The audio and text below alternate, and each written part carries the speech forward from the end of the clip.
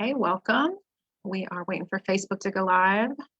I don't know if it's spring weather where you all are. We have had some beautiful spring weather here in Kentucky. And then today, the temperature went to the 30s, which I am not a winter person. I know I have a twin sister who she loves fall and winter, and I am much more of a spring and summer person, at least now, maybe not when I was younger.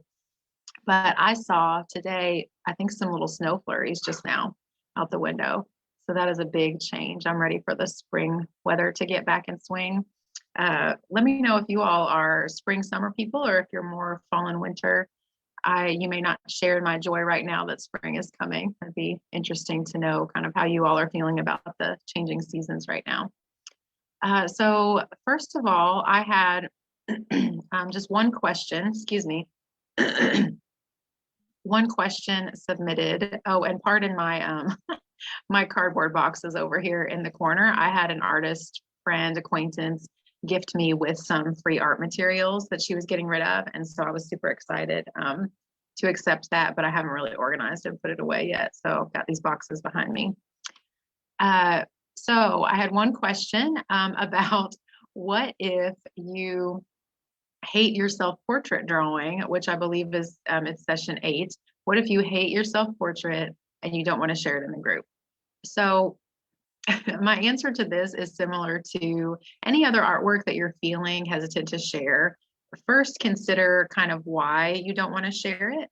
Are you feeling like people will judge? Do you feel embarrassed by it? Do you feel like it's not, as good? It doesn't look as nice as some of your other work.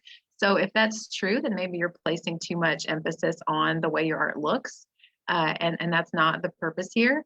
At the same time, I get why you'd feel a little nervous sharing. I don't want to discount that. I understand. But if you're just feeling like, oh, this isn't good artwork and I want my artwork to be good, then consider, take some time to think about it and consider sharing it anyway, because the purpose of the art that we do and the art that we're sharing is not for it to look good. Okay. You all have done some beautiful artwork so far. So it might feel intimidating to share something that doesn't look as good as what other people have shared or what you've shared before. But I want you to consider just putting that self-consciousness aside and trusting us that it's a no judgment zone, as I always say, and no one's going to judge you or think poorly of you if your portrait is not nice. Now, session 8 is challenging, and I say this in the video for that task, is that self-portraits are hard. It's very hard, and I kind of second guessed myself about whether to put it in the program or not, because even with my clinical art therapy clients, my in-person clients that I'm journeying with individually, whether children or adults, everybody really struggles with the self-portraits. It's hard because not only is it more challenging to do something representational because we have an idea of what it looks like and everybody else who sees it knows like what it looks like in real life, but when it's a person, that's hard. People are hard to draw. And then when it's ourselves, it's extra hard because we have all these emotions wrapped up in our kind of the way we present ourselves, the way we look. It's just so much more personal. There's so many more feelings wrapped up in it when it's a portrait of us. So it is hard. I anticipated that it would be hard. So just understand that it's going to be hard for everyone. Also, if you really don't feel comfortable sharing the whole image, maybe you could share a detail, take a close-up photo of a portion of it and share that.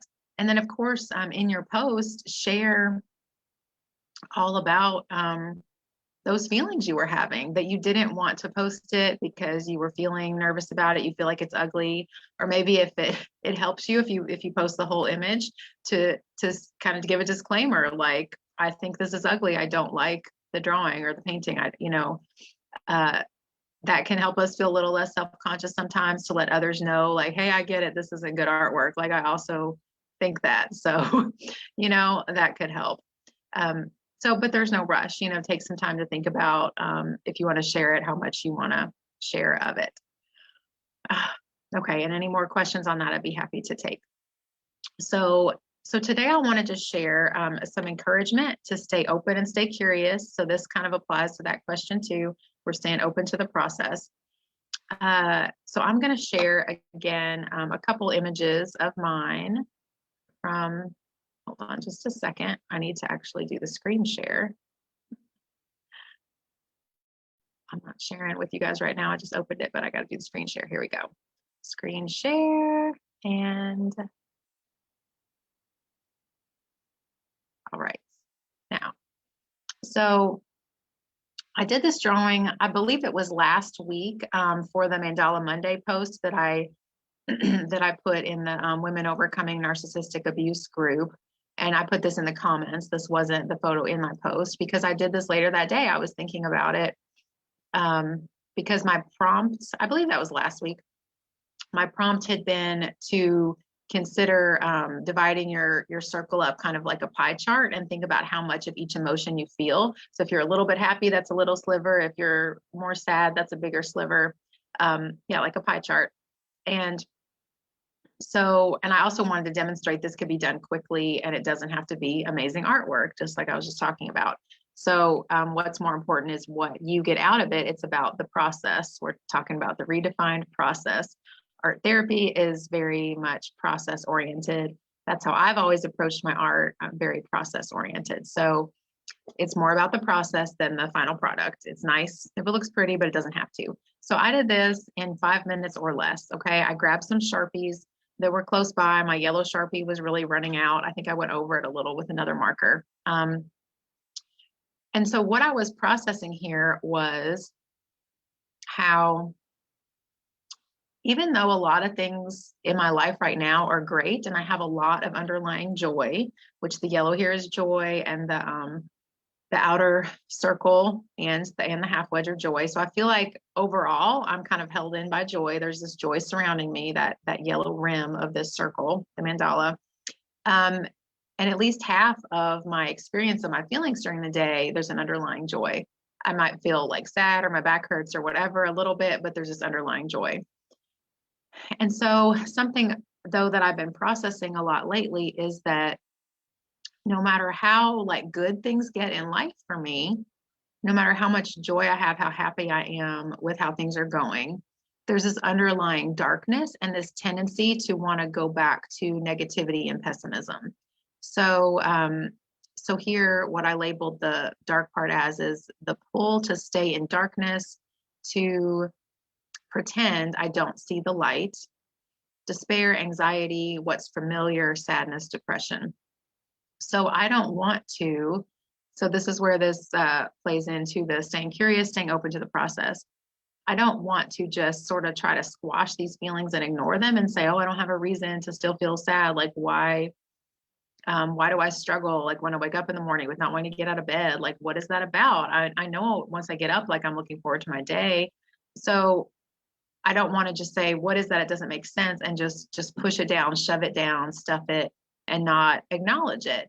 So what I've been trying to do for the past few months is I've just really noticed, this always is kind of there. It sticks with me, and I can fool myself into thinking that it's because it's also kind of a feeling of overwhelm, the anxiety, and I can fool myself into thinking that it is due to circumstances, right? Like things are busy right now, or this thing happened the other day, or something that's going on with legal battles with my ex. I could convince myself that it has to do with circumstances. But the thing is, I can remember times where those circumstances were not at play. So, like I was thinking about, I'm just looking forward to summer. And I was thinking about when I worked for the school system for the past 4 years, and I don't now. But when I did, I had summers off, and that was amazing. And I remember every year looking forward to the summer so much. And I didn't pick up a second job in the summer most of the time. I mean, I was doing a little bit of private practice work, but I wasn't like doing a full-time job in the summer. My daughter, until last summer, before that, she was in preschool full-time and daycare, and that continued into the summer. So I would take her there every day, and then I would go home. And I mean, that could have been like a 2.5 month vacation that was awesome for me. I'm an introvert. I love time at home alone. But even in that sort of ideal circumstance that I had been looking forward to all school year for like 3 years in a row, in the summer, I always felt depressed. And I think what it was the busyness went away. And then I was stuck there looking at this black half of the circle. I didn't have those other things to look forward to during the day, or even just to distract myself. And I was just left with that underlying feeling. And so it's just always there. It doesn't matter the circumstances. And that's just, I think it's something that's how I'm wired. I mean, I have memories from as early as kindergarten feeling very anxious and self-conscious. So whether that is environmental, something from my mother, because I know she had a lot of insecurities and things that she sort of wore on her sleeve and I saw, or it could be genetic, or it could be, the fact that I'm a twin. I said a few minutes ago with my twin who likes the fall and winter. We're not identical, so we don't have that kind of freaky connection.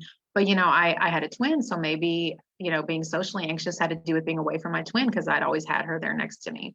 But whatever it is, that's something that's been there as long as I can remember. And so I'm trying to look at it more, and I'm trying to be curious about it. So this drawing took 3 to 5 minutes. And it was really impactful for me. I mean, we've talked about, Anya has especially mentioned how it means so much to have this visual image of our feelings. It's like we take them out of ourselves and put them there on the paper. And I think I mentioned maybe in last week's video that in like individual art therapy sessions, I always talk about the art being like the third person in the room. So it's like, it's outside of ourselves, it's this other entity. And then we can talk about it. We can, then those negative feelings or whatever, those past traumas, they live within the metaphor of the artwork and they're there on that paper, and it feels safer to approach and talk to, and we get that reflective distance. So just doing this very quick drawing gave me that reflective distance. I can see it. There it is. And it kind of surprised me that I chose to have it take up half the space. That felt a little heavy to me, but I think it's accurate. And I think this is something I'm going to continue to do, maybe just this exact same format every week or two, to check in on where I am with that. And so, so I'm going to stop there with that. And I want to give some more examples, and hopefully this is all going to make sense together. So I want to refer back to Pat Allen, who wrote, I'd shared in another video, she wrote Art is a Way of Knowing. And she's a very well-known within the art therapy world, art therapist who is kind of the rogue art therapist who did not like clinical art therapy. And she's sort of invented or developed this technique called the studio process, which is what my process, the Redefined process, is sort of based on. And I used some of her techniques when I was in my recovery. And now, I've combined it together with other things and catered it specifically toward women who were recovering from narcissistic abuse, but it was based out of Pat Allen's process, the studio process, the idea of that reflective writing that she calls witness writing in response to spontaneous artwork. And so just another brief background on Pat Allen. So in this book, I don't have the pictures in this are not in color. I'll show you one in a second. Maybe you can see it. So one of my favorite parts in the book, and it goes on throughout probably a couple chapters, so I don't have any great quotes of it necessarily, but I'll tell you the story that she noticed this particular color coming up in her artwork a lot. And it was a very bright red color. In some artworks, I think, if I recall correctly, it was kind of gory, like blood. It was related to a lot of anger in a lot of like female figures that she was making. And then she did this clay sculpture that was a baby. I know this is gonna be small for you all on your screen, but this is this clay sculpture of a baby that she made, and that's a black and white photograph, but that baby was painted bright red.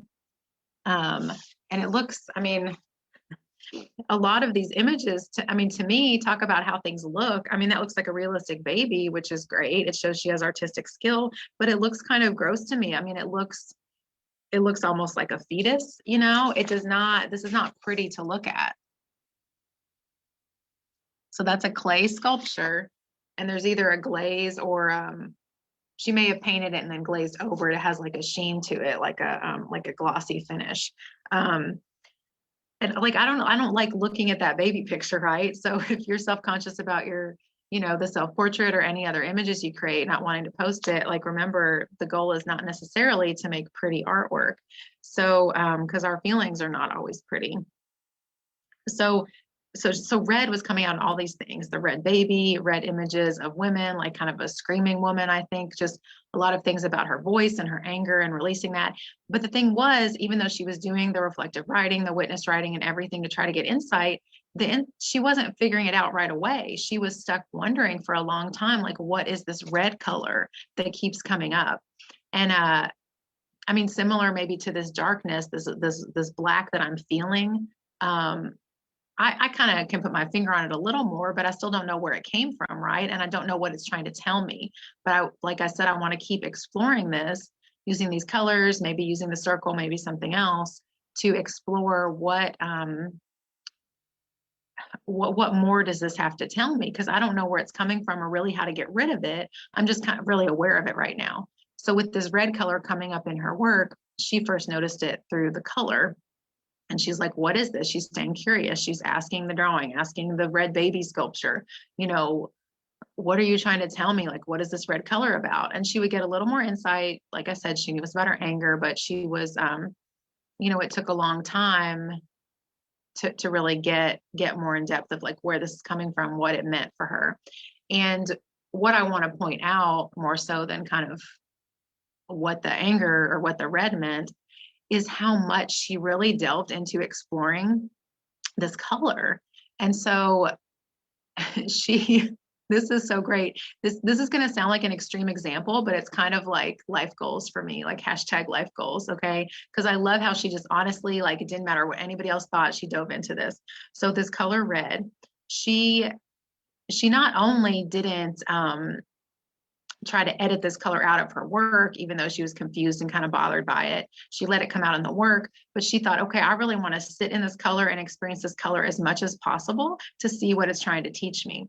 So around that time, she said she had moved into a new house where there was a different room. It was like an extra bedroom or something that was going to be her new art studio. And so she painted, I think, at least one wall in the new art studio. And picture like your spare bedroom, you're turning into an art studio, right? She painted one wall this red color. And then she found a red armchair at a thrift store and bought that to put in her studio. So she had this red chair, the red wall, this red is coming out in all her artwork. And for, I mean, at least like a year, I mean, the impression was, I don't remember exactly, it's been a while since I've read the book, but I mean, this was a long time that she was like sitting with this red color. And so she just really wanted to absorb it and be able to sit with it and notice it and learn what it was trying to teach her. So it wasn't even just through her images, she intentionally put that more of that color in her life to see what she could learn from it.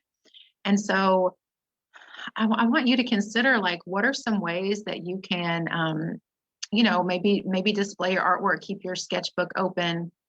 I'm not going to turn the computer right now, but a drawing I'll show you in a minute, I actually have it open on the table behind the computer, and it's been sitting there since yesterday morning. And I've been doing that lately with any image I draw in my sketchbook. I leave it out open on the table. And if there's anything I was reading or writing that contributed to it, it's out on the table as well. And I also mentioned last week, I have like some canvases I've been working on, but haven't really touched in a while. And often I'll set them up in the studio so I can look at them day to day and they can still be a part of my life and my thought process, even though I'm not adding to them right now. So our visual environments matter. And so whether it's choosing, like she did, to incorporate things that are a color that we are feeling drawn to help us continue to reflect, or whether it is displaying our artwork, putting that up where we can see it. It's important to surround ourselves by that. And I think we can get more and more insight, more information from the art and from these colors, even when we don't have time to work on it. So especially those of you who are in busy seasons right now, you're not progressing through our redefined process material through the sessions as quickly as you were initially, then maybe there's something more that your previous artwork has to tell you. So you don't have time to work on it right now, but how about setting it out where you can see it? Or you could even, if you don't have the energy to draw, but maybe you could write a few sentences, maybe look at it again and see if you could write some more. But at the very least, we can have those images and those colors out in our environment for us to continue experiencing. So now I'm going to talk about, interestingly enough, so that black color has been coming up here. You see it again in my artwork, but also red I've noticed. And I love that story of Pat Allen painting the studio wall red and getting that red chair. But it'd been a while since I read it. It wasn't like fresh in my mind. Like when I see red, I think of Pat Allen, you know. But lately I had been noticing, this is for many months, I mean, maybe even a year, like I'm more and more drawn to red. And this is significant for me in particular because I have always hated the color red. Like, you know, I worked with kids for years and we have lots of conversations about favorite colors, and like a lot of little boys in particular seem to like the color red, and they'd say, "Oh, do you like red? This is my favorite color." And I'm like, like, I'm glad you like red, but I don't. Like, I couldn't even lie and tell a kid, "Oh yeah, red's okay, I like it," because I hated it so much. And actually my ex-husband, his favorite color is red, which is interesting, but like, that's not why I hate it. Like, I've never liked it, right? It's just not a color I've been drawn to. I really like orange, and I like blues, turquoises and blues and greens, and pretty much any other color. But for a long time, red, I just really did not like. And so it's been surprising to me that I'm drawn to red, and it's not a conscious thing like, oh, I want to express anger, or I want to express you know, vibrance and energy, so I'm going to choose red. It's like I look in my crayon bucket and that red crayon just stands out to me, and I just feel emotionally drawn to it. And I'm like, man, like I got to draw with that red, even though it doesn't make sense to me. So I've been kind of staying curious about this color red in my life. And so I did this drawing yesterday. I had done some reading and some writing about just some things about where I am in life and in my career, and some exciting things happening. And then I drew this. And so I decided, again, this was oil pastels, and I just picked it up, and the red was the first thing I scribbled, that red in the center. And I didn't know why. I was just like, oh, that bright red again, I want to use the red. And then I circled it with this black and drew more black lines. I decided it looked like an egg. And then I did the other colors surrounding it. A lot of energy, which I'm sure you guys are seeing like a pattern in my scribbles. They all look kind of similar. And but I have a lot of energy, a lot of anxious energy, and oftentimes anger in my body that needs to be released. So this is how it comes out. And I really enjoy just the crude, quick scribbles, you know, not a lot of details. And I wrote down in the corner here, like an egg, that something beautiful and powerful is going to be birthed from. I know birth is probably, it's not the right word for an egg. An egg hatches, but I liked the term birth. And so what I'd been writing about and thinking about before drawing this was about how good is now coming from my suffering, from specifically my suffering with the abuse in my marriage. And so, you know, that's kind of what's in this egg, but beautiful things are being birthed out of that. And I may share at the end, or just at another time, a couple of things I'm excited about in particular this week that have caused me to really reflect on that. So, so this red, so that's a color I'm staying curious about. Now I want to share with you. So it's interesting. So I don't expect you to go like paint a wall in your house some color that's coming up in your artwork, or to buy furniture that color. You can. I think that'd be awesome. Like I said, like hashtag life goals. I wish I had the courage, the whatever, the bravery, the lack of abandon and lack of caring what other people think to do that the way that Pat Allen did. But a suggestion let Anya into the meeting. But a suggestion, if you don't want to do that, is sorry, I was letting somebody into the meeting, got a little distracted. So if you're not gonna go to the effort to like put this color or these images more in your life, now at the very least you can lay your artwork out. But as far as colors and things, I'm going to show you another picture here. So this red color, so this is the beautiful courtyard at the art center where my art studio is. It's Melwood Art Center here in Louisville, Kentucky. And my studio, just for reference, is so this upstairs window, I don't know if you guys can see my mouse, but the upstairs window kind of above where this black horse head is, that's the hallway across from my studio. So I don't have an outdoor window in my room, but that's right across the hall. So I can open my window in my room and see out there. And if I walk into the hallway, I can look down and see this red Pegasus sculpture. So in Louisville, here, so this is the view from my window, the window in the hallway across from me. And so in Louisville, Kentucky, we are the home of the Kentucky Derby. And this Pegasus horse, which is not a unicorn, it's just a winged horse, is like the symbol for the Derby. I don't know. So like this, just in time for spring, I'm assuming we'll have Derby this year because I don't know. I haven't heard about that with COVID, but they didn't have it last year, which was like unheard of. So only in Louisville would you have like this massive Pegasus sculpture somewhere, but it's great here at the Art Center. And so I've been interested in this thing because I was actually in here one day sitting in this exact spot, doing my work. And then I went out to walk to the bathroom and all of a sudden the Pegasus was in the courtyard, like it just landed. Remember I put that in my Instagram stories, like I was busy working in my office and then meanwhile outside a Pegasus landed. So that's interesting. It's this huge sculpture and it's beautiful, but it's the color red, right? And so this was occurring to me this week that if we see, you know, like if something's more in your mind, you notice it more, right? So it could be something negative, like, you know, your ex-husband's car, you know, the type of the model of car they have. If you're thinking about them, you know, then you're going to start noticing that everywhere, right? So, but that happens with good things too, and everything in between. So we can, if we have these certain colors, these certain types of images that are coming to mind more often, we can choose to put them more in our environment by putting our artwork out, by painting a wall that color or whatever. But we can also just be, I think when we're mindful of it, when it's in our mind, we will notice it more when we're like out and about in public or even in our house, right?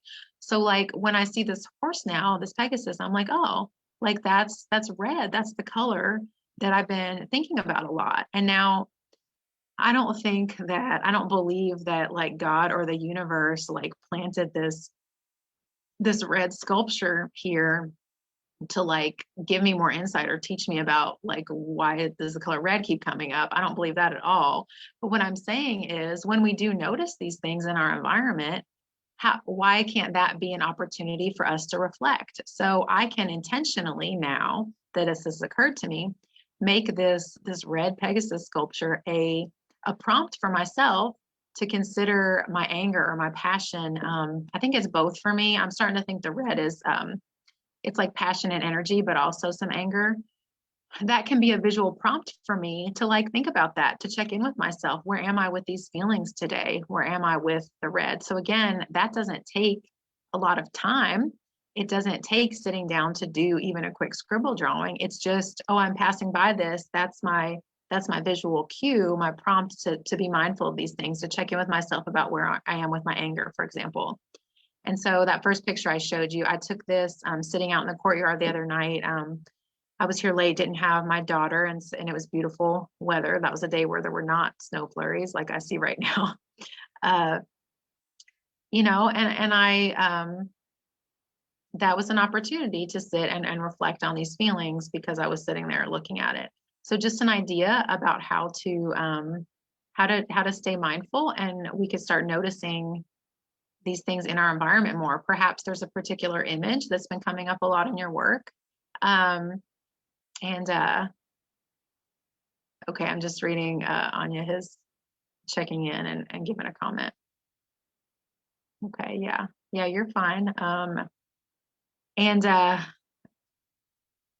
So I want you to consider what images, what colors have been coming up for you. If there is something that's recurring, maybe there's not, but if there's something that's been coming up a lot, I want you to consider how you could intentionally make that a part of your environment. Again, putting the artwork out where you can see it, even if it's just laying your sketchbook open to a particular page.